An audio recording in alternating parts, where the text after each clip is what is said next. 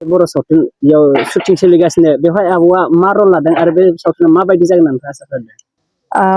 exactly रलखौथ' आं दायो आं सानो खिन्थाजोबनाया थिग नङा खिन्थु लाइट केमेरा एक्सन बे फिल्मा एसे इउनिक फिल्म जागोन जेखौ जोङो नुगासिनो थायो सरासनस्रा बेबायदि नङा एसे आलादा गुबुन मोनसे ट्रेन्डआव बानायनाय जादों आं सानो रायजोफ्रा बेखौ नायनानै जोबोद मोजां मोनगोन आरो आंनि रलाबो आं मोजां मोनदों आंनि रलखौहाय बेवहाय एसे हल फिल्माव इमसनजों लोगोसे एसे कमेडिबो दोङो एक्सनथ' दंखायो स' फिल्म मेकारफोरनि